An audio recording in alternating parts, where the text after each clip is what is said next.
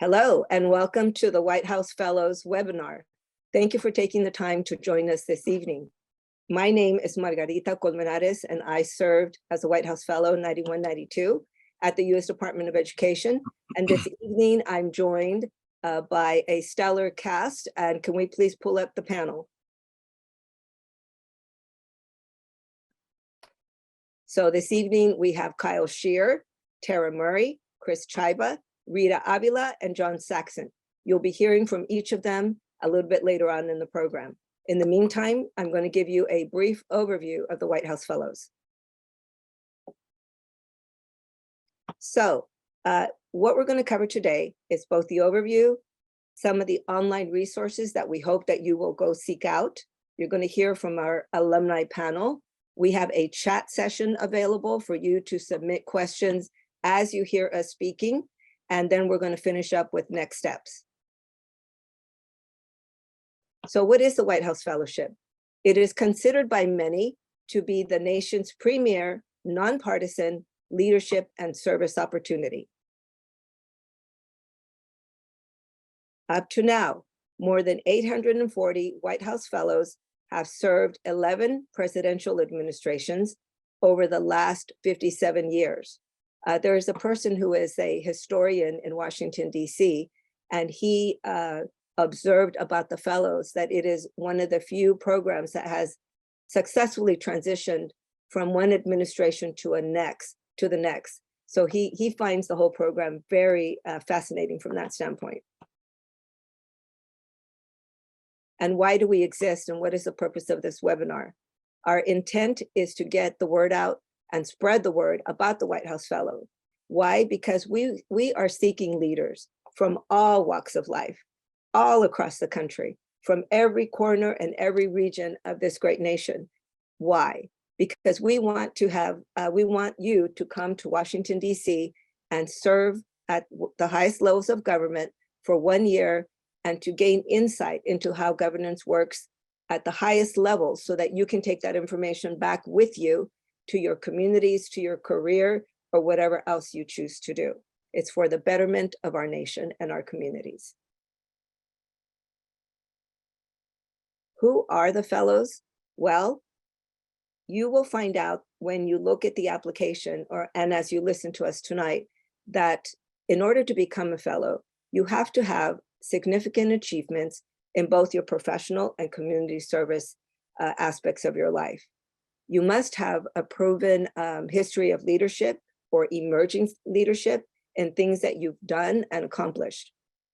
We look for persons with strength of character, a positive attitude, and ability to work with all sorts of people. Because remember, as a fellow, you may have a certain background that you come in with, but you may be assigned to a totally different agency that has nothing to do with your current career. So it is for some a very broadening experience. And some of the basic criteria is US citizen, you must have completed your bachelor's degree, and there's no age limit. So with that, I think what's the next slide? Oh yes, some other fundamentals. So some people wonder, well, who oversees the whole fellowship program?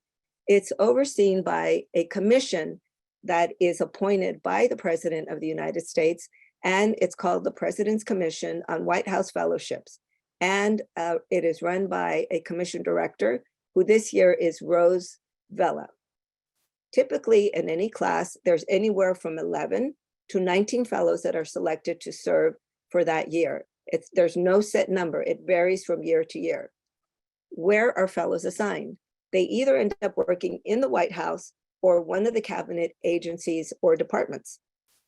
The time frame runs from September of any given year until August of the next year. And just to remind everyone, the fellowship is nonpartisan and it is a paid position. This is a photo of this year's class. They just started last week. And as you can see, very diverse, they come from different professions, and we are very happy that they have joined us. Just like you, they were sitting where you are now a year ago. As you get ready to apply for the White House Fellowship, I want to encourage you that there are many, many resources out on the web now, starting with the page, with the website that we created, which you can see there. Those two links are going to be essential to your successful application. There is in both of these embedded much information, including a history, the application questions, the process, the whole timeline, and also videos from past webinars that you can explore. At the second website is the actual website where you will apply to become a fellow, and where the online application will open up on November 1st. So those two websites are going to be your companions if you decide to apply for the fellowship. Now we get into the best part, which is our White House Fellows panel. So Jen, if you will, and we do have a couple of people behind the screens who you can't see, and that is Jen Swanson, Elizabeth Gillis, and Ray Onishi. They are handling the chat room. So we encourage you to submit questions because some of your questions will be asked live towards the end. Okay, so if I may start. Hello, Tara, how are you today? Hello, hi Margarita, I'm doing well. Thank you so much for having me. No, it's our pleasure. So Tara, do you mind sharing with us who you are, what year you served, where you're calling in from tonight? Sure, so my name is Tara Murray. I currently live in the Washington, D.C. area. I live in Northern Virginia, in the suburbs of Washington, D.C. I was a fellow. I just ended my fellowship at the end of August. I was a fellow from 2021 until 2022, and I was placed in the White House Office of Cabinet Affairs. Did I answer all the questions, Margarita? Well, actually, I forgot to ask you something, Tara. Where were you before you became, where did you come from? Where did you grow up? Yeah, so I grew up in Los Angeles, California, but I moved to Washington, D.C., to this area to attend Howard University, and never went back to the West Coast, but still consider myself a West Coast girl, strong West Coast roots. And you said there was something else, Margarita. What was I doing prior to this? So I'm a civil and human rights attorney. And so prior to the fellowship, I ran my own law office based out of Washington, D.C., mostly working in police accountability and voting rights. But I've spent my career essentially as a civil and human rights attorney. Thank you, Tara. Thank you. And Tara, just so you know, we have a panel that spans many years, but Tara represents the most recent class. So thank you for joining us. Okay, Chris, next to you, same question. Well, thank you. I grew up in Baltimore, but when I was an undergraduate, a beloved elderly dean at my college took me aside, and this is before the internet, right? Took me aside and handed me a White House Fellows brochure and said, Chris, you should think about this, not now, but down the road when it's the right time, think about it. And I carried that brochure around with me for a decade until it seemed like it was the right time. And it was the right time for a set of reasons, most of which are pretty personal. I'd gotten my PhD in planetary science and what was then called exobiology. I was doing my first postdoc on the West Coast in California, was a few months into it, and both my parents became extremely ill. My dad was diagnosed with terminal cancer, and I left my postdoc and moved back home. And after my dad's death, I wanted to find a way to stay near Baltimore. And I'd been thinking about the White House Fellowship, and even not just a fellowship, I'd been thinking for a long time about transitioning completely to government service. I'd always been interested in strategic arms control in particular. And so it was clearly the time. If I was in DC, I could at least get up to see my mom on the weekends. So that was all that sort of came together, and I was very fortunate to make it through the selection process. I might say just a couple things about the selection process. Yeah, it's a little intimidating. By the time you get through it, there's something like 4 days of interviews. Some of the interview questions are clearly intended to make you feel uncomfortable. One I remember clearly, and as a scientist, I want to say this to those scientists who might be out there. Some of you will have had fantastic leadership responsibilities by now. I had not. And one of my questions was, you know, I look at your resume and I see terrific scientists, but no demonstrated leadership or management skills. What would you say to that? All right. And I didn't have a very good answer to that question, honestly. So don't be too put off if there's an item or two items in that bullet list that you don't feel like, you know, you haven't checked that box somehow in your Vita. Don't be put off by that. Somehow I made it through the filter. The fellowship was a fantastic year. There was a person in my class who every year there's a position on the National Security Council staff. There was someone in my class who clearly had that position if he wanted. I should say, once you get selected, there's a placement a week. You come to DC for a week and you spend time interviewing in all these different offices. They look at you, you look at them. And then somehow the White House Fellows Office and the White House put it all together and decide who goes where. There was a person who clearly was set for the NSC position, but he declined it. He wanted to do something different. And so it opened up for me and I got it.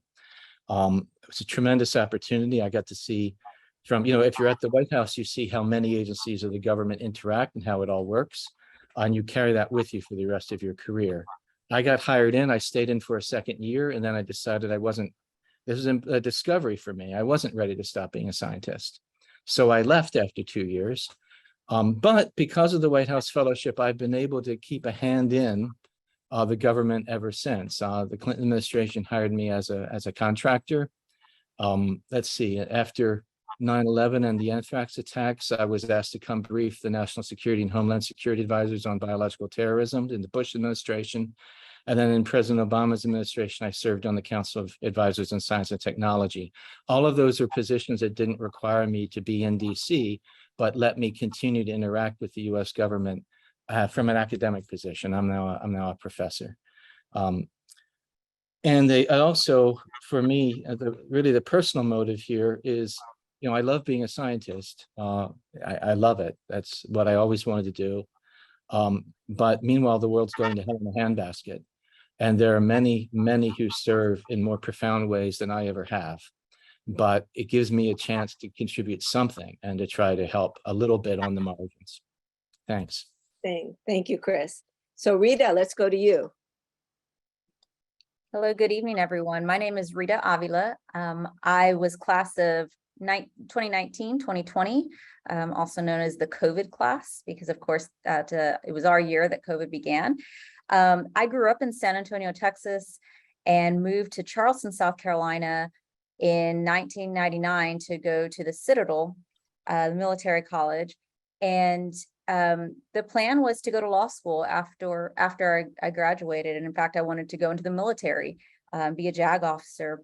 But I was blessed to get a scholarship for local law enforcement at the time called the Police Corps, which is very similar to military. You give 4 years of service to a local law enforcement agency, and in return, they help, you know, pay for some of your college. So again, the plan was to go to law school after I served my time, but I fell in love with local law enforcement. I fell in love with the community in Charleston County and stayed there for most of a career. And my sheriff at the time came to me and told me he thought I should apply for this internship that he had heard of. And when I found out what internship he was talking about, I looked at him and I said, "Sir, this is not an internship. This is the White House Fellows Program." And quite frankly, I told him, I said, "You are crazy to think that they're going to take me. There's no way. This is for people who are way above what I can bring." And he's a great leader. So he told me basically to shut up, and, you know, he had my full support or I had his full support to do the application. And he told me, "Hey, if you don't make it, you don't make it, but I really think that you need to do this." And when your boss has that much faith in you, you know, puts a mirror in front of your face and says, "Hey, maybe I should look into this." And one of the things that I was quickly reminded is that you can be aware of your strengths and weaknesses, but never be afraid to go out and fail at something new. And so that was the goal, is I was going to try it and see what happens. And I kind of, like some of my colleagues on the panel are going to tell you, that surprisingly they picked me, and it was a shock at the time.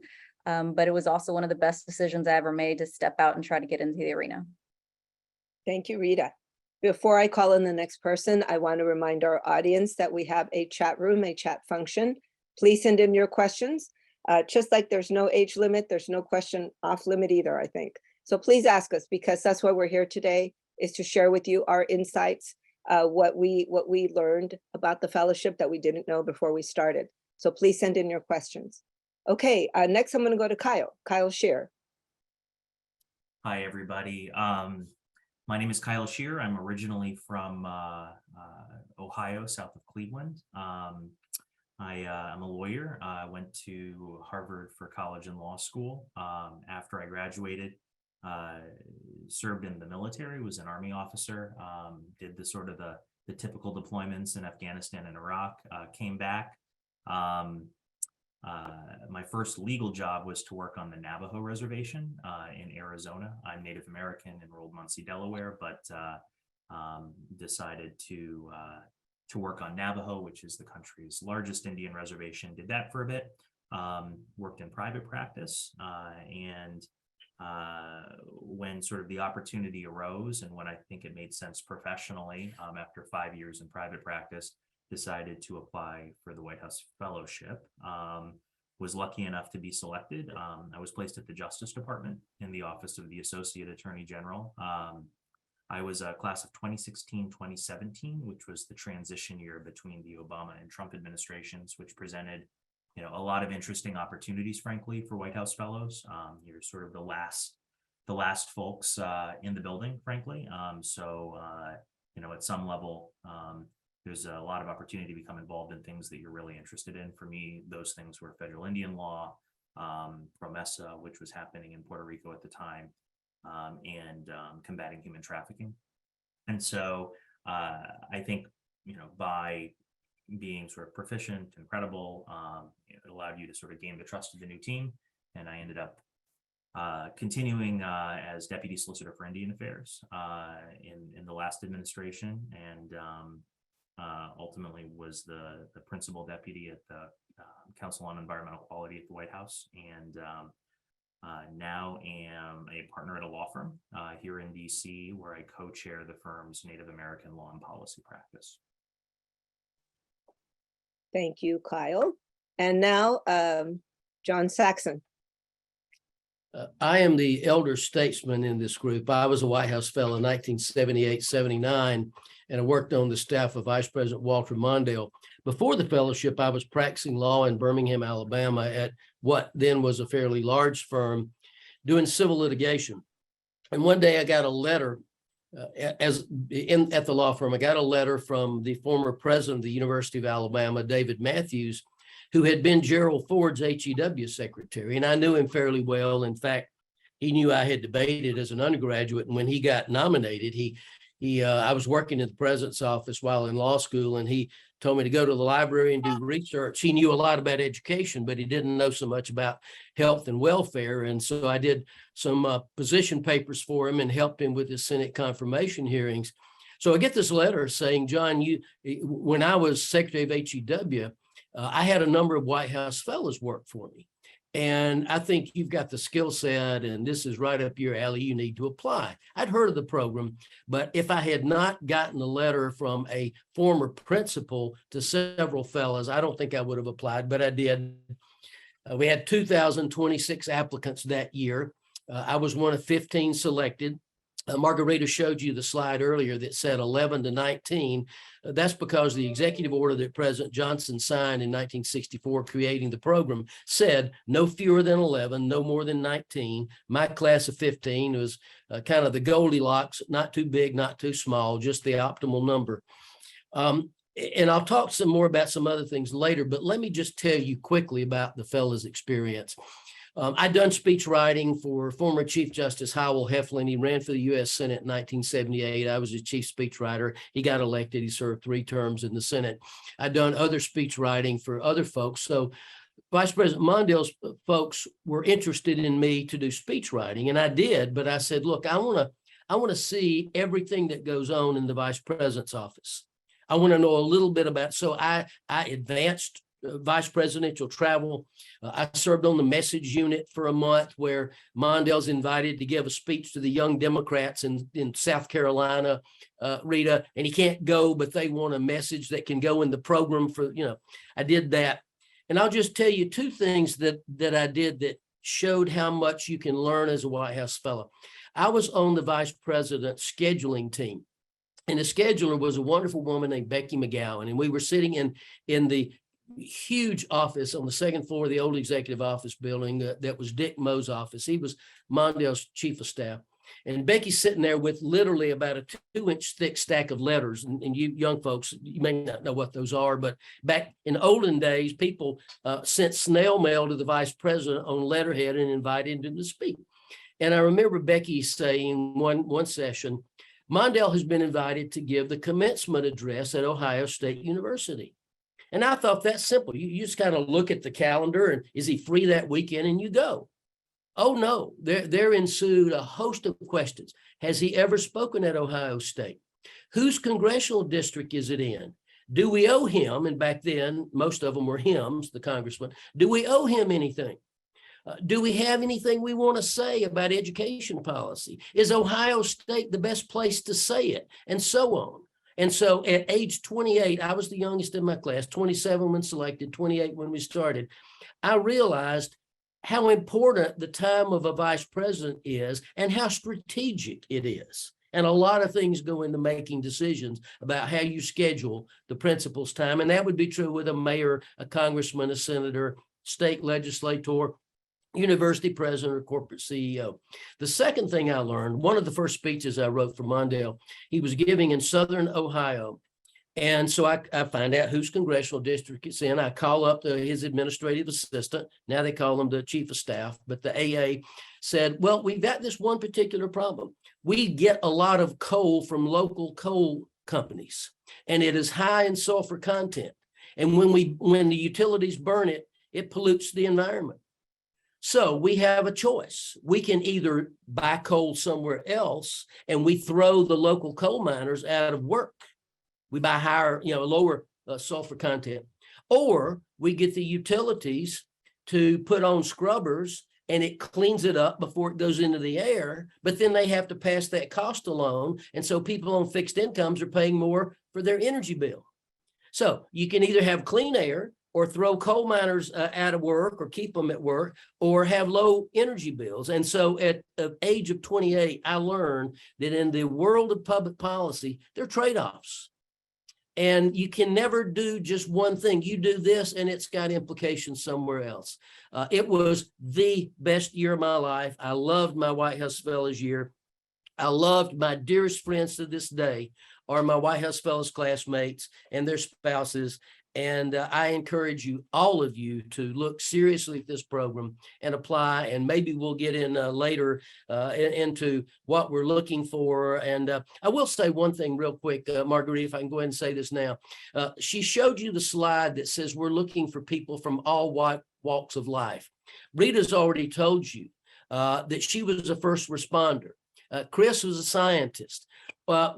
Yeah, we have doctors and lawyers and university professors and business leaders, but we've had a firefighter. Brenda Berkman was a firefighter only because she sued in New York City in a gender discrimination case to get the right to be the first female firefighter in New York City. She was a fellow. We've had a symphony conductor. The year after my class, 79-80, we had both a Catholic priest and a rabbi, and we've had one more rabbi since then. You say, well, where do they place a rabbi? Gordon Tucker, the first rabbi, went to the Department of Justice because these people have great skill sets. So in my class, we had an Air Force officer, we had a marketing manager at Macy's, we had a director of fuel economy planning at Ford Motor Company. He later became the president of Ford Motor. We had an energy specialist, an engineer at Westinghouse. He later became vice chairman of Westinghouse. Then he was George W. Bush's secretary of the Army. We had academic deans, university professors. We're looking for people from all walks of life. So don't think if you hear, oh, there are a couple of lawyers on this panel. There's a scientist. I'm not one of those. We're looking for people from all walks of life. Please apply. Hear, hear.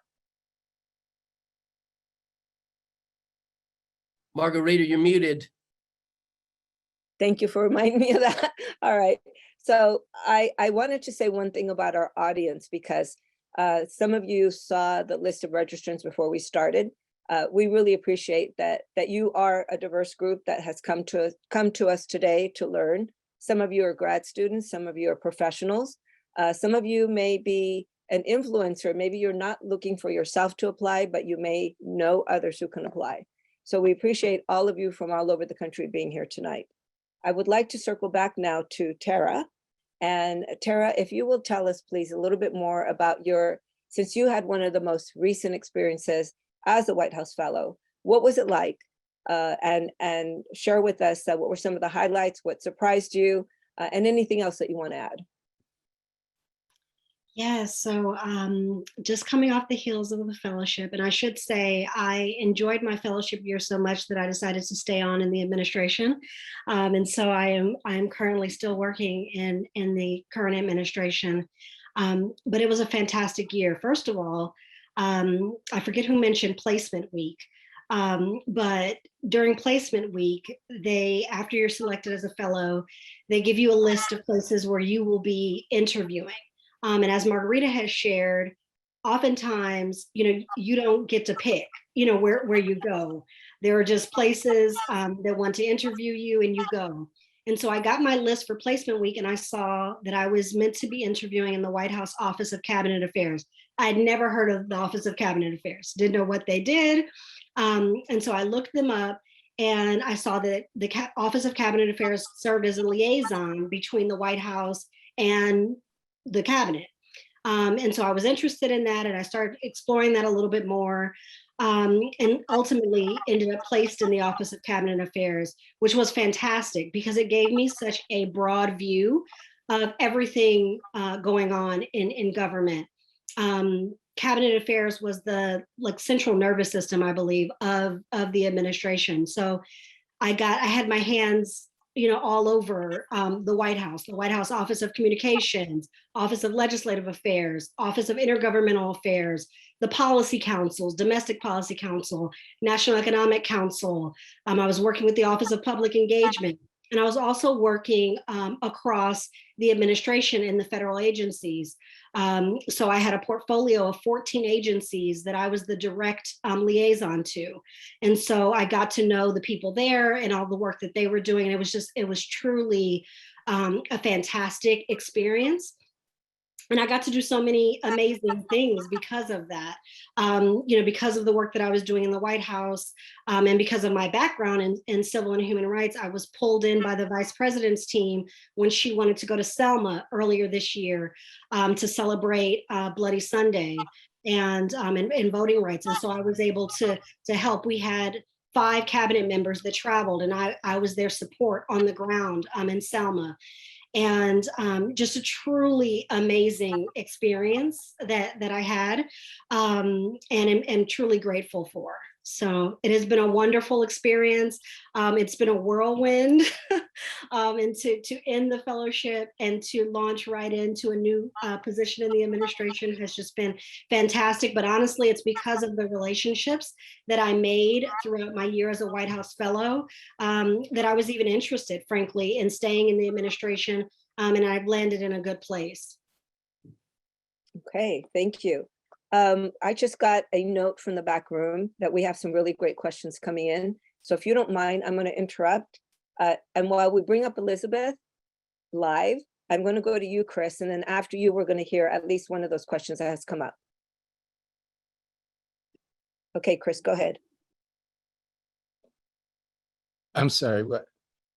Oh, we have a chat, we have a Q&A. Yeah. And I just got a notice that there's some really good questions also coming in via So the I chat. I should pick one? Well, you know what? Let's see what Okay. the question is. Maybe Yeah, you want to so- answer. Let's see. Go Yeah, ahead, so there's Elizabeth. one.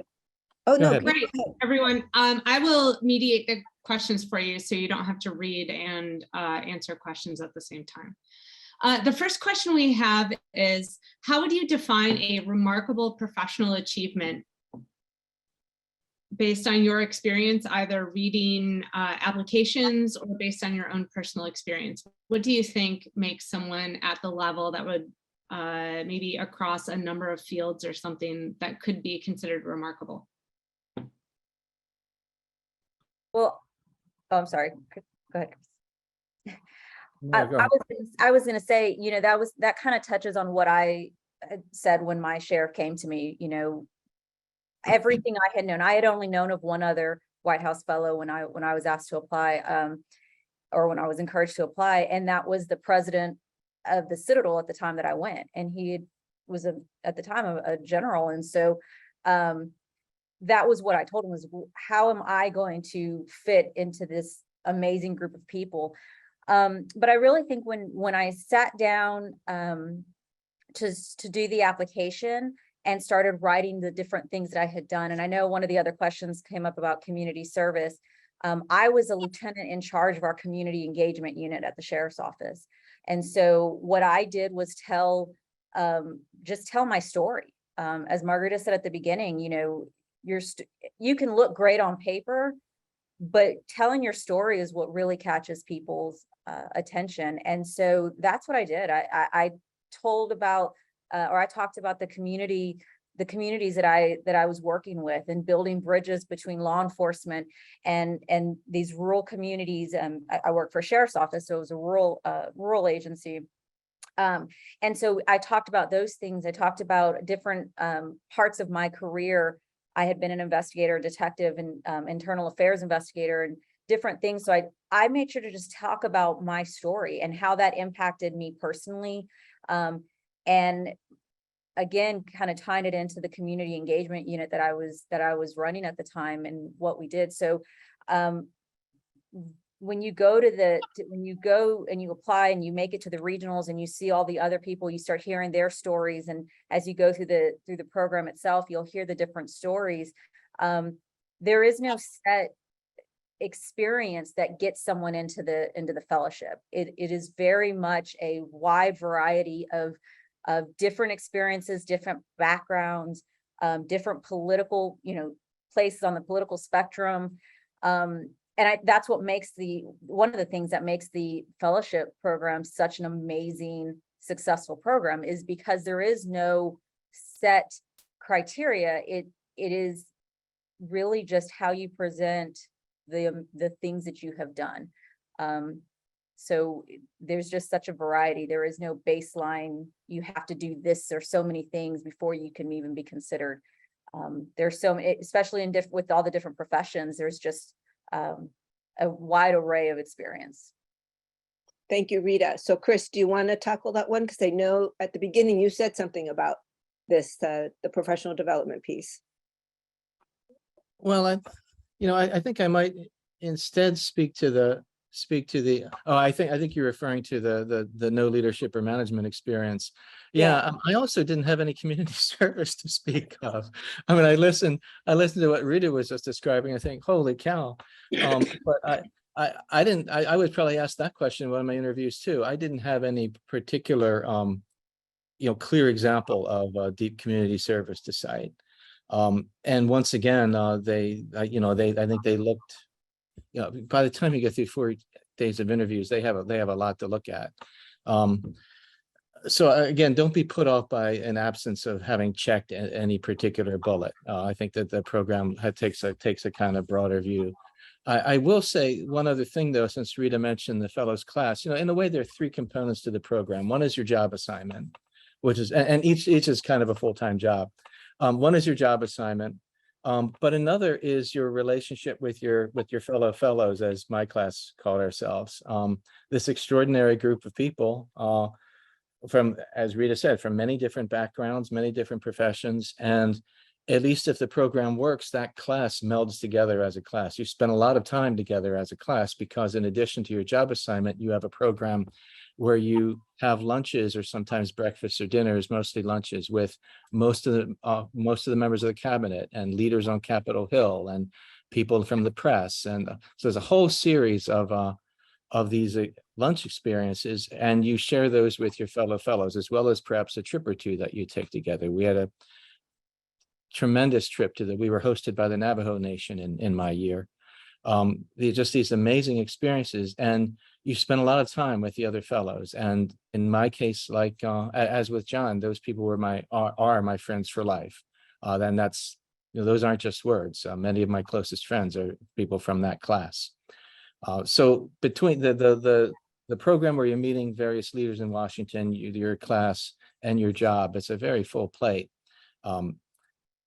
That's enough. Okay, Chris, thank you. John, why don't you take a stab? Yeah, let me take a stab at it for this reason.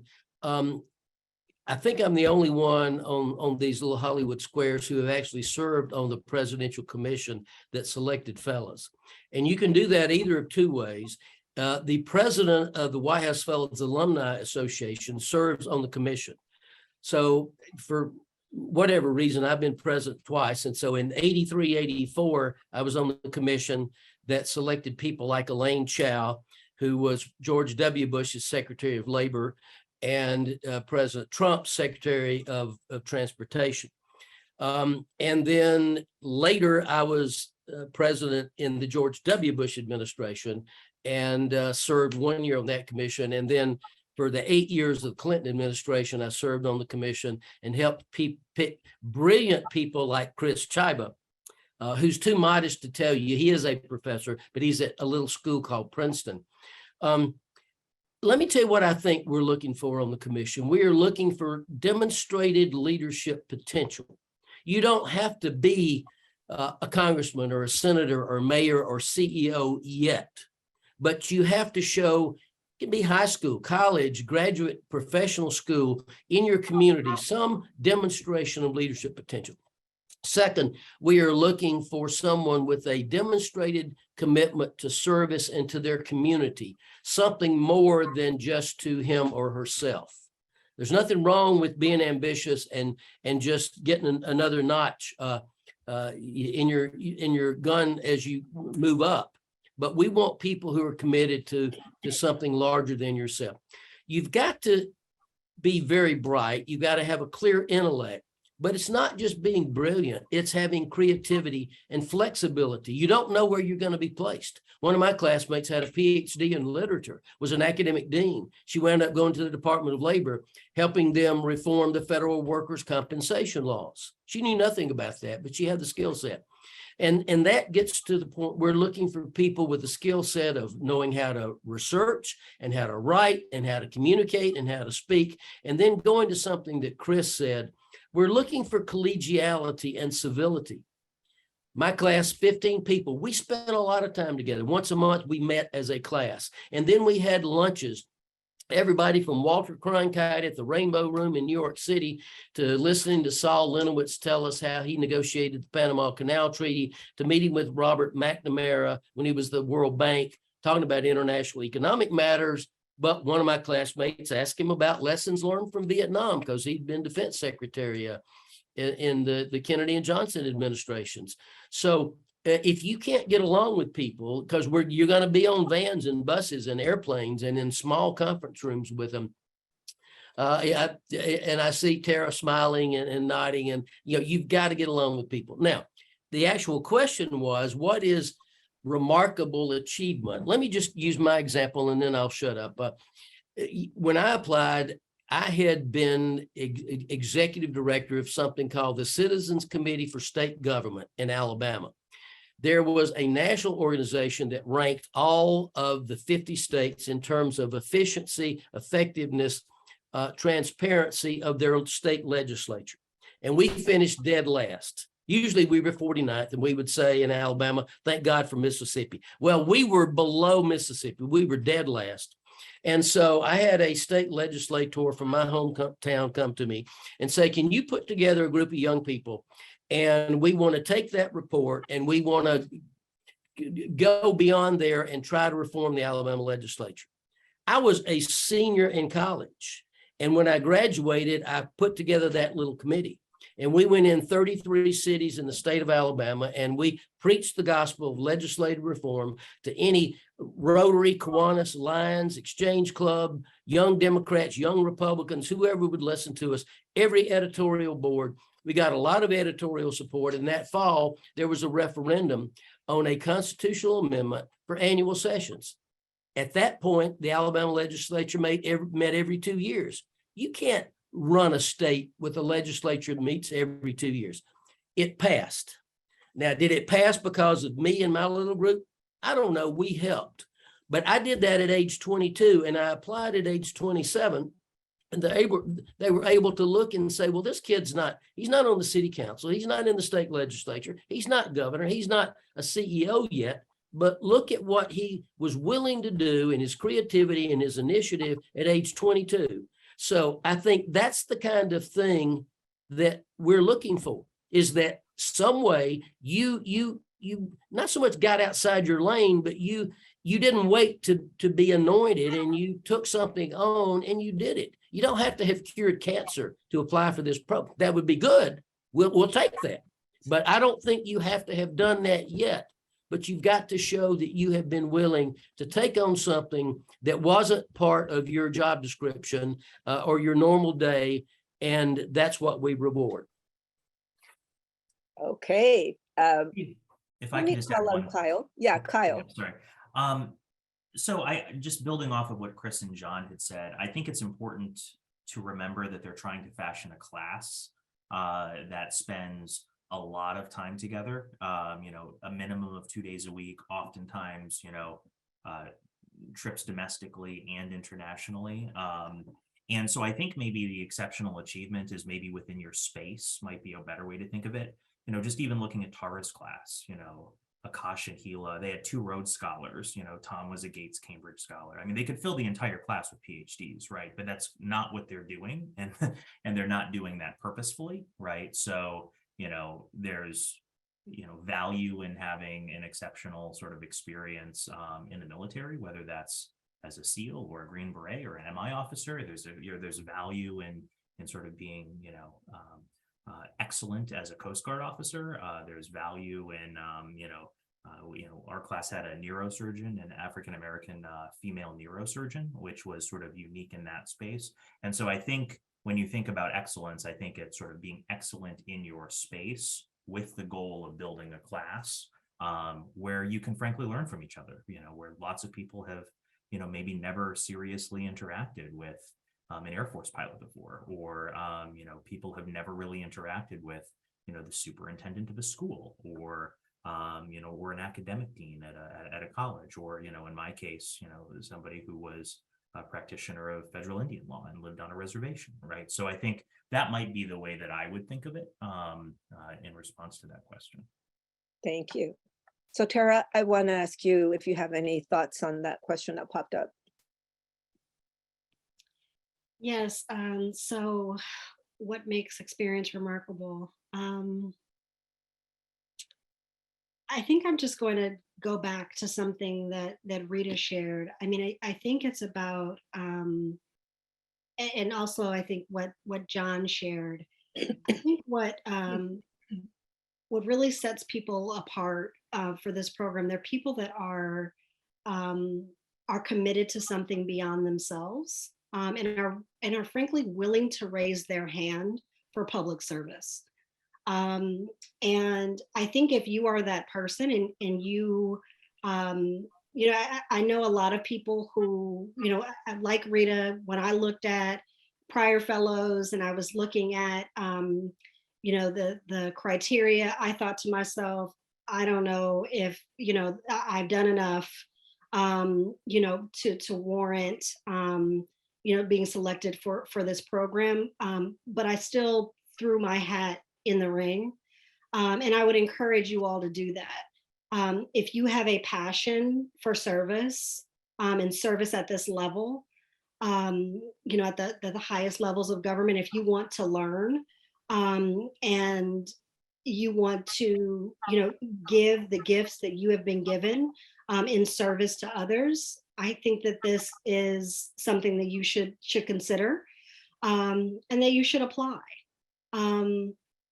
But don't talk yourself out of it before you, before you give yourself the opportunity to do it. If I had talked myself out of it, I would not have had the whirlwind of amazing experiences that I have had this past year. I would not have the current job that I have now, doing doing work, frankly, on behalf of communities and constituents that have mattered to me my entire career, but on a scale and impact that I could have never imagined. And so I just want to encourage folks to, to not talk themselves out of the fellowship and to give yourself a shot, believe in yourself, and give yourself a shot if you are a person who is willing and interested to raise their hand for public service.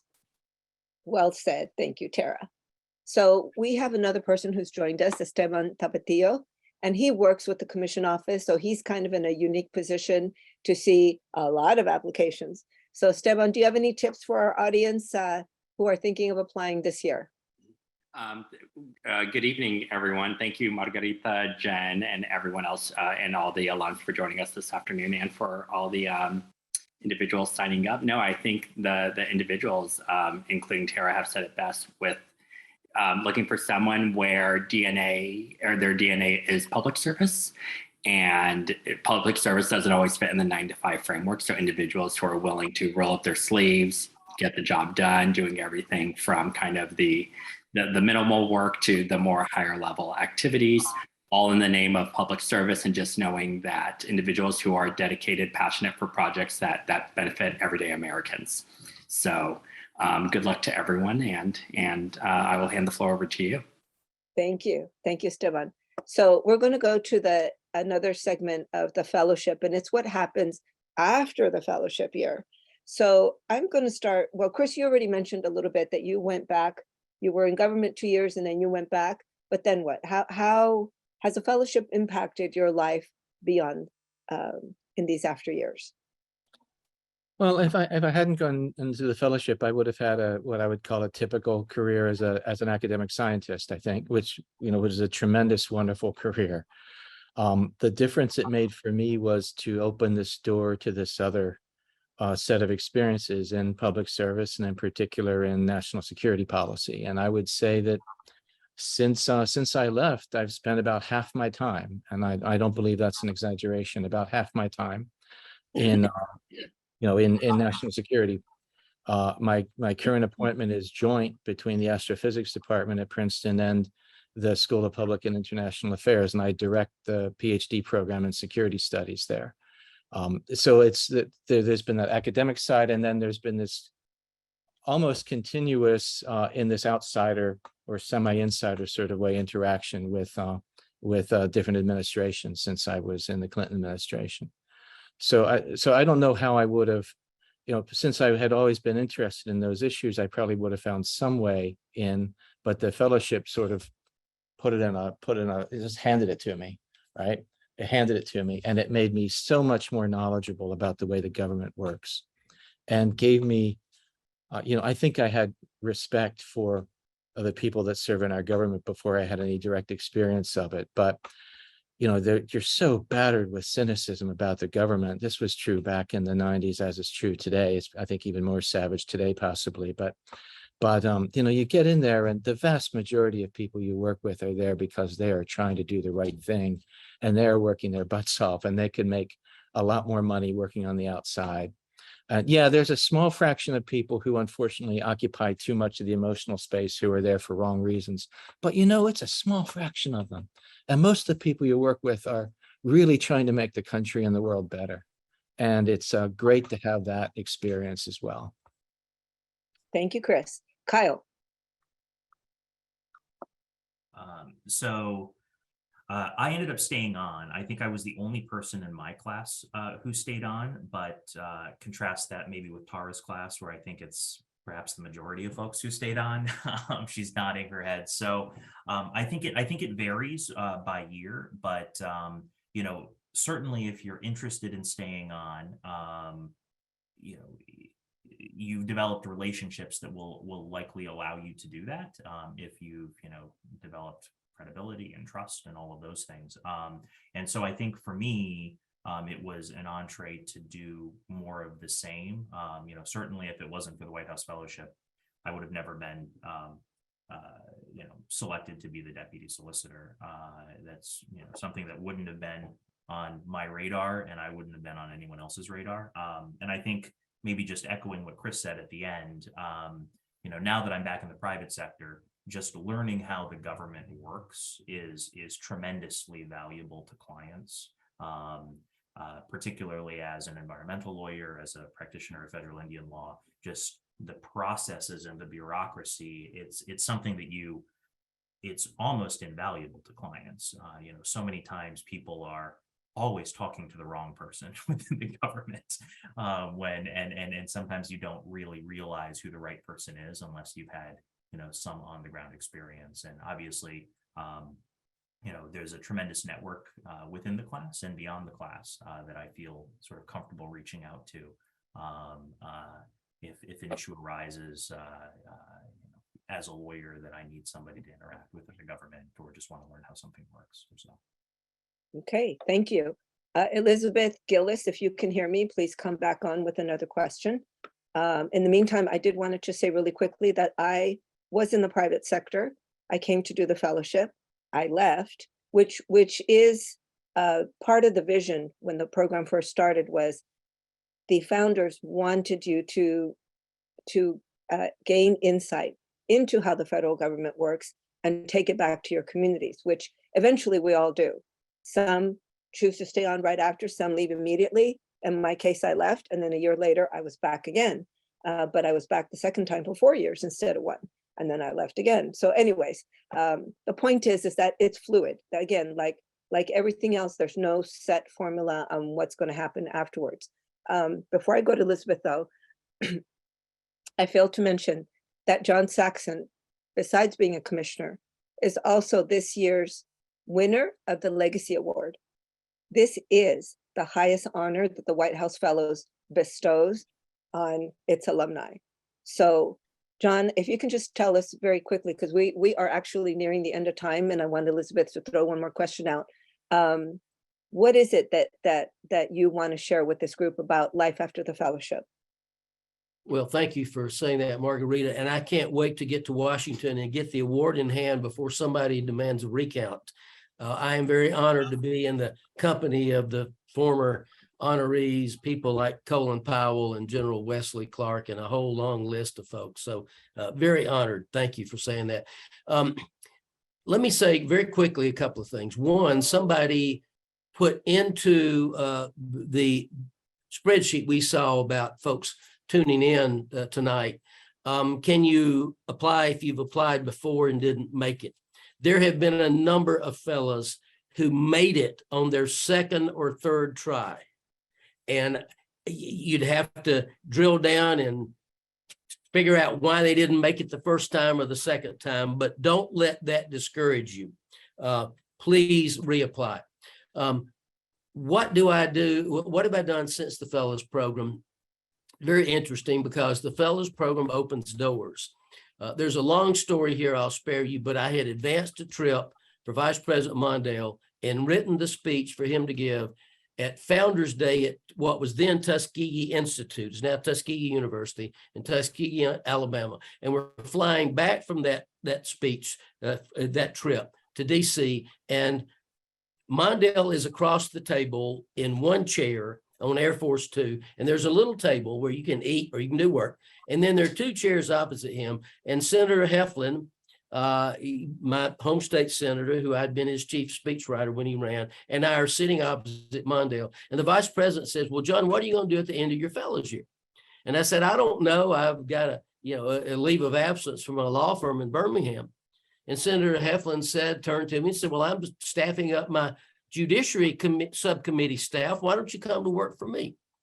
So I did, and there's more to the story, but we're short on time. But I wound up working for 4 committees of the U.S. Senate, including the Senate Ethics Committee when we investigated Abscam, and the Senate Iran-Contra Committee when we chased after Ollie North and the gang, and then worked for 2 Fortune 50 companies before I came back to Alabama to practice law.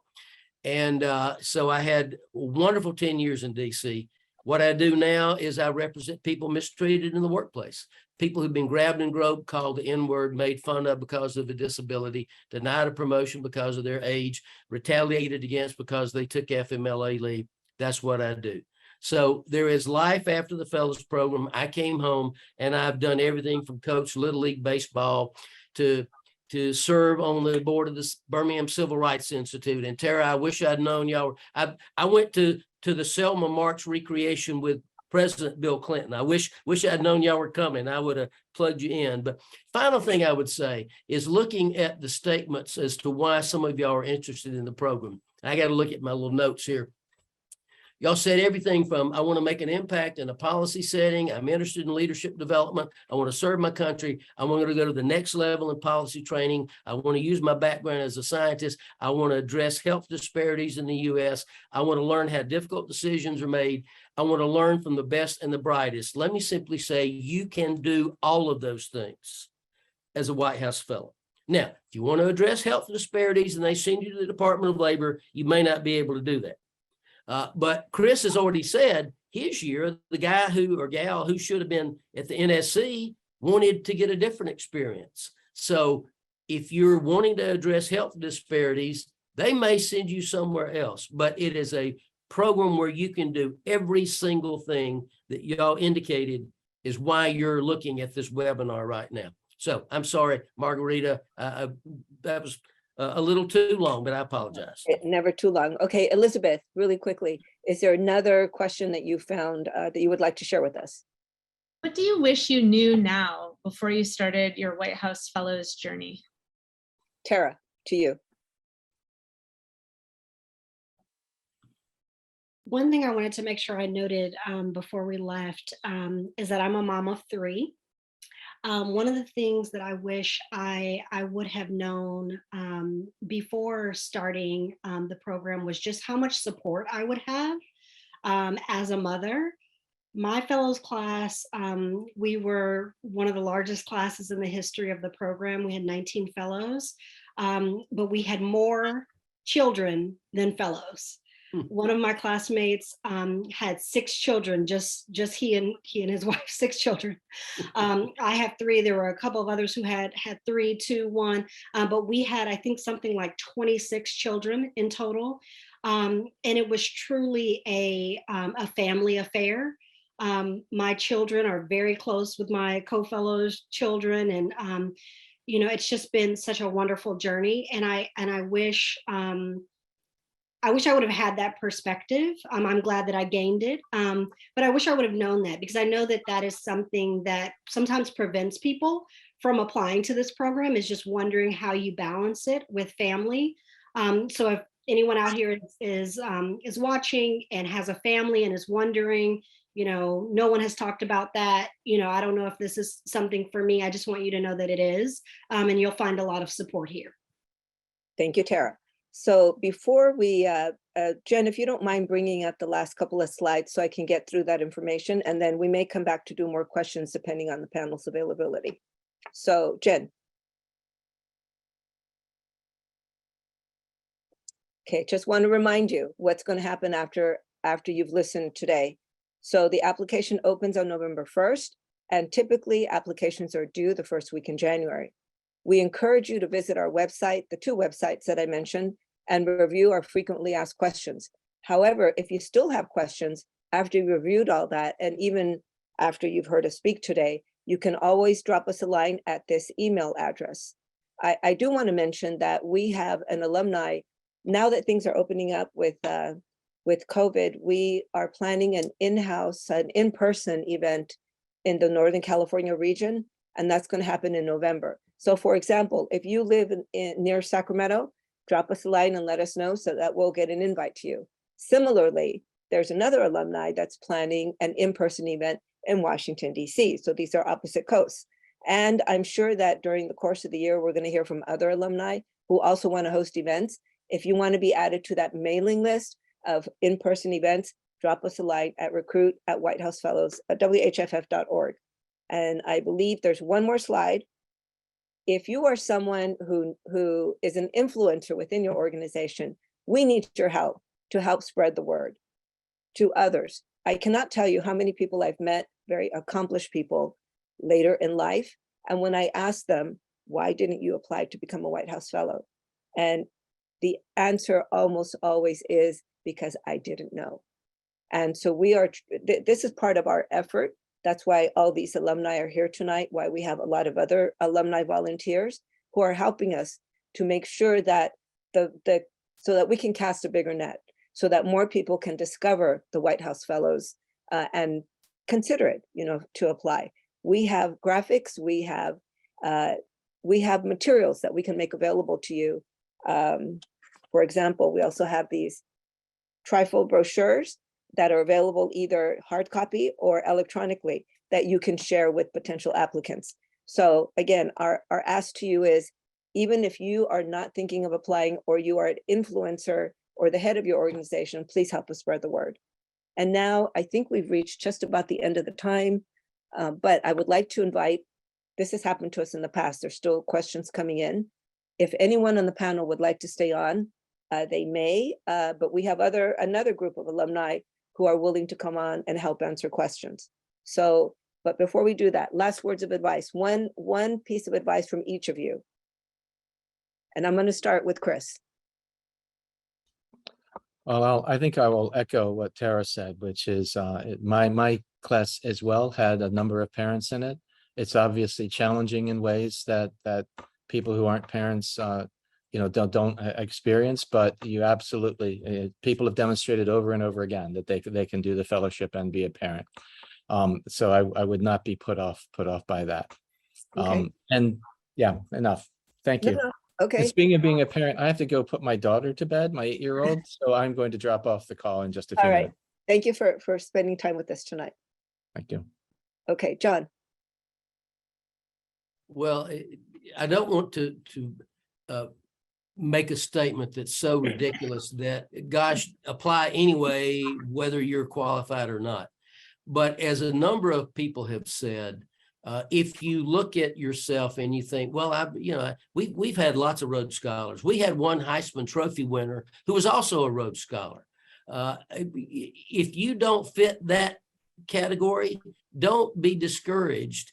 If you can otherwise demonstrate a commitment to your community and to service, and you've got some leadership potential, apply. You'll learn a lot about yourself when you apply. And who knows, you may just get it. They took a yahoo from Alabama like me, who was 27 years old. So if you're thinking about it at all and you're close to the decision, apply. Kyle. Sure. I would echo much of that. I did see a couple of questions on sort of like age. Those usually come up. There is certainly no age limit, but it does seem like things cluster around 34, 35. And I think there was some study that looked comprehensively at the program and seemed to bear that out across years as well. And so if you were somebody that is in graduate school or in college or very early in your career, apply when it makes sense for you. One of the questions that they always ask, or at least in my experience, seems like a regular question is, why are you interested in applying now? And, there needs to sort of be a narrative around that, whether it's personal or professional. Yeah, maybe I'll just go back to maybe something else about what was unexpected, or what you wish you had known earlier. Experiences the fellowship do vary. Not everything is Air Force One or Air Force Two. Certainly that happened my year where we had a fellow that was seemingly regularly on Air Force Two. But in other cases, it's a lot like a job. That was my experience at the Justice Department. That was another individual's experience working at the NSC. And so the experience is amazing, irrespective of sort of that range of sort of a tag along to a cabinet level agency leader or simply just doing the job at a high level. But I thought I would at least mention that because experiences do vary, and sometimes only the sort of more interesting experiences get highlighted. Thank you. Rita. Yeah, I forgot to mention that I was actually placed at the VA. I didn't say where I was. I was at the VA. What I would say is that on top of things that everyone else has already said, or things that were already said tonight, the fellowship truly is a life-changing experience. When I came back, I served about another year at the sheriff's office where I was, and then I quasi-retired, left the agency, and now I'm in law school. And I know from the information we got from some of the people who are watching tonight, there's at least 2 of y'all who are in law school. So I feel your pain. I know what we're going through right now. But I don't think I said in the intro that I had always wanted to go to law school, but I fell in love with the career that I was in. One of the things the fellowship did from the application process to the very end and beyond is it encouraged me and reminded me to get out of the comfort zone. And so, being able to be with your fellows, learn from them, be encouraged by them, encourage them yourself, really made the difference. We are all still very close. We're all still, on a chat group together. But it really is life-changing. And I don't know that I would have ever taken that step to go to law school, to further my education from where I was, had I not had the experiences that I did at the fellowship, and just seeing and really just being held up by my classmates, by my fellows. So it really is a life-changing experience. It is something that, and I believe someone already said this, I don't know what life was going well for me before. I don't know where I would be if I would have talked myself out of it, as Tara said. And so, like we said, there's the basic requirements to apply, but as others people have said tonight, don't sell yourself short. Again, as I said at the beginning, don't be afraid to try it. And if you don't make it this time, try again. Several of my classmates were, coming back from a couple of years of trying. It is an amazing program. It will change your life. Like Kyle said, all the experiences are different, even within the class. And so, but nobody walks away, at least no one that I have met, and of any of the alums that I have met, walks away saying, man, I wish I wouldn't have done that. That was a waste of my time. It is probably one of the most amazing years I've had. Thank you. I did want to say just one more thing. Rita, do you mind sharing with us how old you were when you were selected, just to show the range of ages? Yeah, absolutely. So I was one of the older in the group. There were 3 of us that were we would call ourselves the senior fellows. I was 38 when I started. I had a classmate who was just a few months older than me. And then our oldest was 41, I believe, when he started. So What was the youngest? The youngest was 28. Okay, thank So, you. yeah, as Kyle said, the cluster is somewhere in the mid 30s, but there is no, in fact, when I was thinking of applying and I spoke with another alum at the time, he looked at me and he said, hey, you are, kind of old. And I only had a bachelor's degree. So he's like, you're not really educated enough. And I said, oh. And he said, but I really think you have a great story. I think you need to do this. And so, he wasn't wrong. I was one of the older ones, and I was one of the very few applicants that made it to finals that only had a bachelor, and I was the only fellow in my class that only had a bachelor's degree. So, that it varies, and it really focuses on your potential and your heart for service. So Rita and I are separated by many years. And I too applied to the program with the bachelor's degree. Statistically, over 90% of the fellows have advanced degrees. But what I did have going was I had been working as an engineer for a large Fortune 10 company. And I also had led a national nonprofit STEM group, which today is the largest Latino STEM group. So if I had known some of that, maybe it might have made me hesitate, but I didn't know. And I applied anyways. And I'm glad that I did, because it was a life-changing experience. Tara, I was going to ask you about the age range in your group. I just want the audience to get a good feel for what we're talking about. Yeah, thank you for sharing that. And Rita, thank you for sharing your experiences in your group. So I was 39 when I found out about the fellowship, and when I applied for it, I was when I was selected and started, I was 40. I know you're not supposed to tell your age, but there you are. And so, I mean, I was not the oldest in my class. And so the age range, I think, was probably between around 29 to 41. And so again, that's around that middle, like 35 age. But you know, I almost did not apply because I thought I was too old to apply. And I talked to a mentor and I said, you know, I think this is for younger, you know, folks. Like you know, I think I might be too old. And my advice is just do it. You know, just it's an investment in yourself. You will not regret it. Do not talk yourself out of it. Whether there's so many reasons that you probably, you know, will try, but I have found that the people most likely to get the fellowship are the people who thought they never would. And I think that came up as a question in the chat. And so if you're looking at this and you're thinking, you know what, I'll never get this, you should definitely apply, because you are exactly the person you know, that this program is looking for. So, thank you. Thank you. So John, I think you were one of the youngest, but what was the age range like in your class? I was 27 when I was selected. 3 people in the class were 29. Carolyn Chin was 30, and then 32, 34, it went up, and the oldest was 41.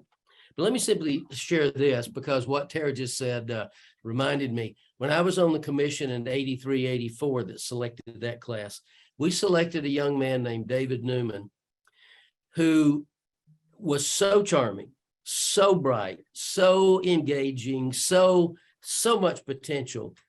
We picked him, and he was 22, and he did not have a college degree yet. He went back to UCLA the week after White House Fellow selection to graduate from college. But he had so much potential, and we selected him. And before he was 30 years old, he was the VP of current comedy for NBC. And you say, well, what was current comedy back then? The Cosby Show, Family Ties, Cheers, Night Court, Golden Girls. That's what he oversaw for a major television network before he was 30. And we saw that potential when he was a week away from graduating from college. So Tara's right. If you're thinking I don't measure up to these people, give it a try. And maybe you won't make the cut this time, but you'll learn a lot about yourself. And then a couple of years down the road, maybe that's your time. Thank you. Okay, let's go. Elizabeth, I know you're there. If you can bring us up another question, please. Great. Well, I've been answering a lot of questions, so I'm just going to say briefly about myself that I was class of 1819. I was placed at the Treasury, and I am an active duty Coast Guard officer. I currently work in the Pentagon, looking at the future of warfare in 25 to 30 years. But and the other thing that I'm going to say, because I didn't hear anyone say it, is that if you are thinking about applying, or if you make it to regionals, especially if you make it to regionals, you need to reach out to an alum to talk about the process in detail, because that will greatly enhance your ability to be successful. And it certainly helped me. And so I provide that feedback, because when I got to nationals, there were a whole bunch of people who had no idea what was going to happen at nationals, and I was surprised because I had several people provide me, and so none of it was really a surprise. It was still really difficult, but it would have been much worse if I had been surprised. Anyway, the next question I have for folks, and then I'll turn my camera off, is what qualities do you think White House fellows who are selected share, or you know, alums, either your cohort members, alums? What sorts of qualities do you think we all share? Okay, so Rita, let me start with you.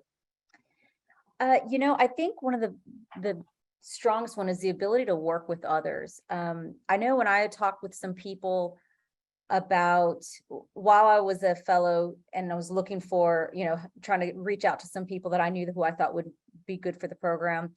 And then since then, one of the concerns that they had, and it was actually a question that I was asked by the commission during finals, was your ability to work with people who you might disagree with, specifically politically.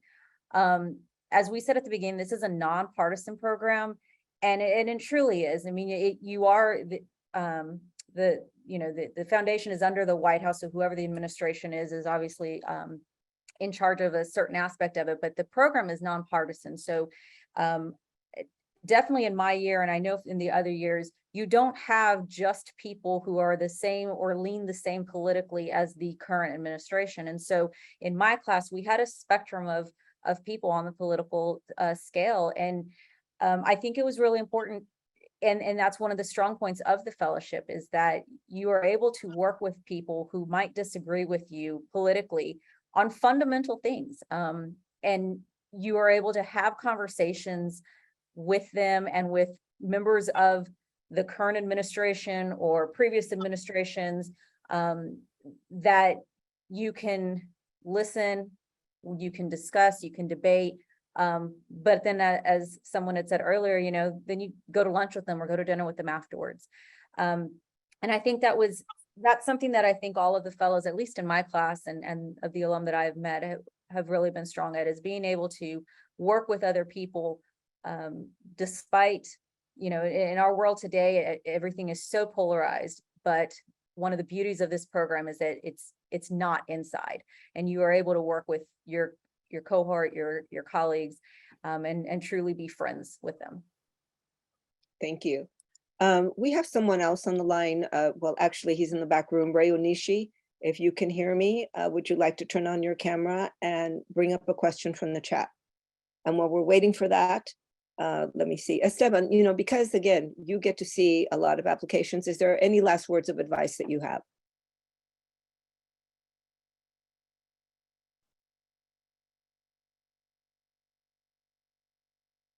You're on mute.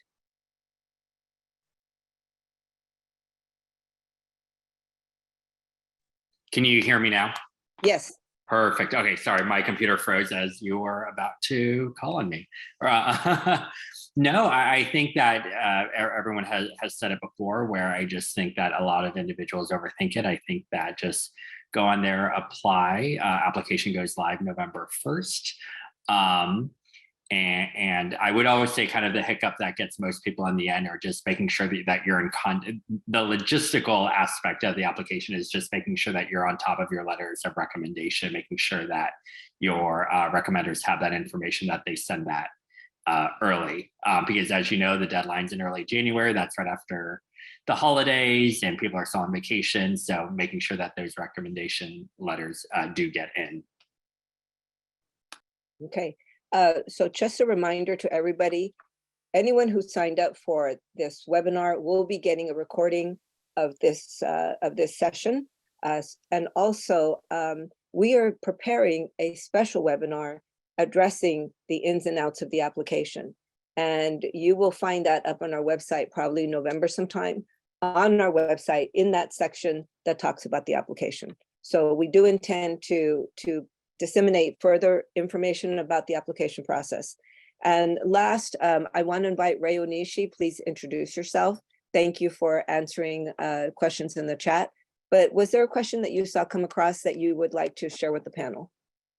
Yeah, thanks, Margarita, and hi, everyone. I'm Ray Onishi. I'm part of the 2015-16 class and was placed at HUD. One question is about the workload of a fellow, and is it akin to a 9-to-5 job, or is it a little bit more intense than that? Tara. I can take that. I think it varies. It's going to vary based on where you're placed and in the culture of the office in which you're placed. One thing that all fellows do have in common is that you have to balance the responsibilities with your job placement, so to speak, and in the fellowship. And so, as we mentioned, there's travel, there are weekly meetings, there are monthly business meetings. And so you have to be in a position and be willing to balance those things. Now, placements are your job placements understand that, and they're so grateful to get a White House Fellow because of the reputation of the program, that they are willing, to make those accommodations so that you can participate fully in the educational portion of the fellowship program. But I certainly, would not. I think that's a difficult question to answer because I don't think everybody's placement is the same. And it really will just depend on where you are. We had some people, and I would love to hear Rita's experience, but we had some people in my cohort who were remote for the large portion of the year. Most people are back in person now, but so I think it just really differs based on where you're placed, what your hours will be. Rita. Yeah, like I said earlier, I was the COVID class. So we started off the year, the 2019 portion in the first of 2020, just the typical, and it does vary, and it also varies in your placement depending on what's going on. So part of the program, one of the, assignments that I had, we got busier at certain times of the year than the others. With COVID hit, we all went remote, and then little by little, certain people started coming back. So it just kind of depends on that. Margaret, I'd like to say one of the questions that I did see earlier, I didn't see it up there again, but I believe was someone had said that they had applied about 10 years ago and kind of asking, was it worth trying again? I wanted to tell you that one of my classmates, one of my fellow fellows, had the exact same experience. He had applied 10 years prior and decided he was going to try it again, and he did make it. So I was waiting to get confirmation from him because I knew it had been several years, but it was 10 years. So if you are still on and listening, whoever asked that question, please don't give up on that he did it, and he was brought into our class. So Great, thank you. That's very, very uplifting. Okay, so I think we're done. Elizabeth, unless there's another question you want to bring up to us. No, those were most of them. I tried to answer them. If people have additional questions, you can reach out to any of the panelists or myself, and lots of good questions and great responses. And again, everyone, please don't forget that general email, recruit@whff.org. Send us your questions and we'll try to match it up with the best person to answer. Thank you for joining us. It's been wonderful having you all, and hope to see you in the application poll. All right, thank you. Good night.